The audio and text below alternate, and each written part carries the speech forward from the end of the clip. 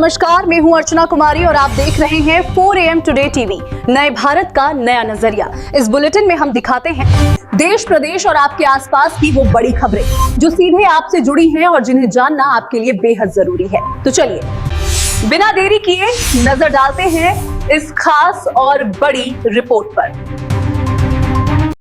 ये जितना गुजरात के लोग हैं सोच रहे हैं कि बिहार में व्यवस्था बनी रहे और बिहार मजदूरों की फैक्ट्री बनी रहे, गुजरात का लड़का बनेगा फैक्ट्री का मालिक और बिहार के बच्चे बनेंगे उन फैक्ट्रियों में मजदूर। ये बात नहीं चलेगी।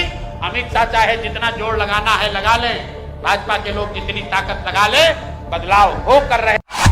आज बात उस राजनीतिक चेहरे की जो खुद को बदलाव का सबसे बड़ा दूत बताने निकले थे, लेकिन जनता ने उन्हें ऐसा जवाब दिया जो राजनीति का सबसे बड़ा सबक बन गया। हाँ, हम बात कर रहे हैं प्रशांत किशोर की। प्रशांत किशोर राजनीति के वो खिलाड़ी हैं जिन्हें कभी चुनावी रणनीति का मास्टरमाइंड कहा जाता था। देश की कई सरकारें उनकी बनाई रणनीतियों के बूते सत्ता में लौटी। यही वजह थी कि जब उन्होंने बिहार की धरती पर खुद को एक नेता के रूप में पेश किया तो बहुतों को लगा कि शायद बिहार की राजनीति बदलने वाली है। उन्होंने जन स्वराज यात्रा शुरू की, 3 साल लगातार बिहार का दौरा किया, गांव-गांव गए, सैकड़ों बैठकें की और जनता से सीधे संपर्क की राजनीति को अपनी ताकत बताया। लेकिन राजनीति केवल मेहनत का खेल नहीं है, यह जनता के मन की भाषा समझने का खेल भी है। और यही भाषा वह शायद नहीं पढ़ पाए।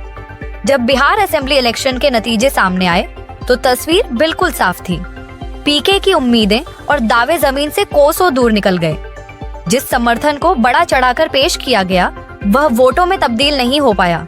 जिस जन स्वराज मॉडल को बिहार की अगली बड़ी ताकत बताया जा रहा था वह जनता के फैसले की कसौटी पर टिक नहीं पाया।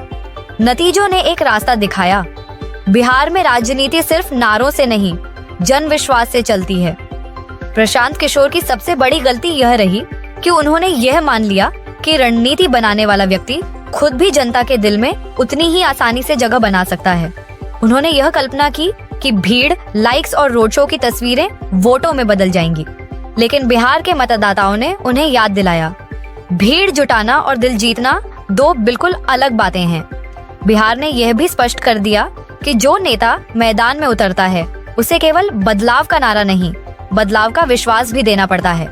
जनता पूछती है, आपने किया क्या है? आपकी टीम क्या है? आपके पास अनुभव क्या है? आपके पास जमीनी समीकरण क्या है? और इन सभी सवालों पर पीके की तैयारियां कमजोर पड़ी।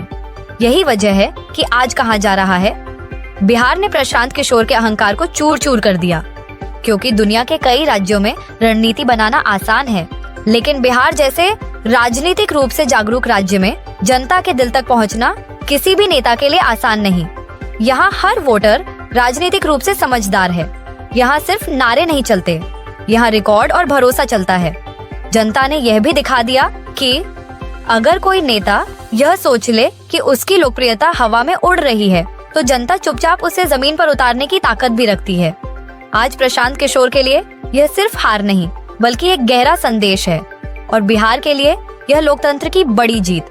जनता किसी भी नेता का अहंकार नहीं झेलती और इस बार बिहार ने वही किया। बहुत बहुत धन्यवाद। लोगों ने कहा कि ऐसी चर्चा है कि आपको बेस्ट के सिनेरियो में 130-135 सीट आ सकता है, सरकार आपकी बन सकती है। मैंने ऑन रिकॉर्ड कहा है, फिर रिपीट कर देता हूं, अगर जन स्वराज को 125-130 सीट आया तो मैं उसको अपनी बहुत बड़ी हार मानूंगा, जन स्वराज की हार मानूंगा, अपने प्रयासों की विफलता मानूंगा कि 3 बरस मैंने अपने जीवन का सब कुछ दांव पर लगाया है, सब कुछ झोंका है, जो भी बुद्धि, समझ, संसाधन भगवान ने मुझे दिया है, सब कुछ लगाने के बाद अगर मैं सिंपल मेजोरिटी लेकर आऊं, जन स्वराज को 125 सीट आएगा तो उसको मैं हार मानूंगा, तो उसके नीचे तो सब भारी है। It's not ambitious, it's not ambitious, that is what we need to change Bihar. के लिए इस खास रिपोर्ट में इतना ही। खबरों में लगातार बने रहने के लिए देखते रहिए 4 AM टुडे टीवी और हाँ, चैनल को सब्सक्राइब करें और बेल आइकन में ऑल का चुनाव करें ताकि सभी बड़ी खबरों का नोटिफिकेशन आपको लगातार मिलता रहे। धन्यवाद।